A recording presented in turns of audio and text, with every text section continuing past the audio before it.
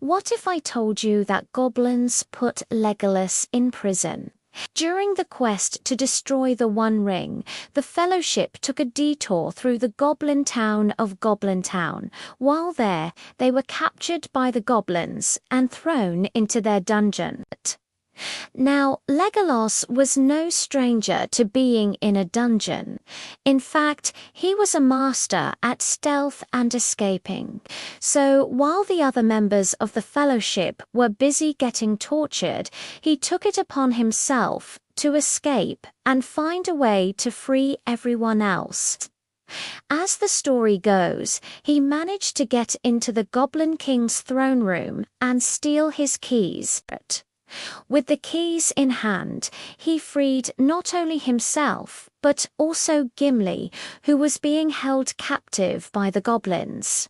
But when Legolas came out of the dungeon with the keys and Gimli wasn't behind him, the look on Gimli's face was enough to make anyone, even a goblin, shiver in their boots. Gimli had found out about Legolas's escape, and instead of waiting to be rescued, he went to the dungeons and freed himself.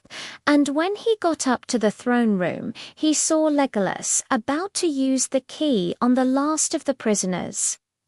Gimli was furious. His face was red, and his eyes were blazing.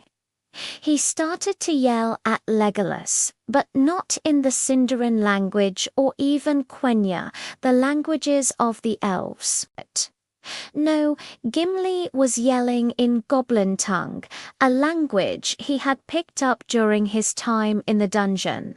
And what he was saying was, "You stupid elf, you betrayed me."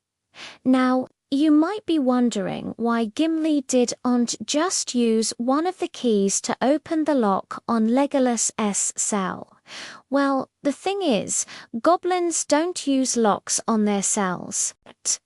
Instead, they use magic. The magic would sense any attempt to pick the lock and alert the guards. That's why Legolas had to use the key on every single cell door. He couldn't just use one key to open all the cells, because the magic would have stopped him. As it was, though Gimli was eventually calmed down and everyone got out of Goblin Town without any more casualties.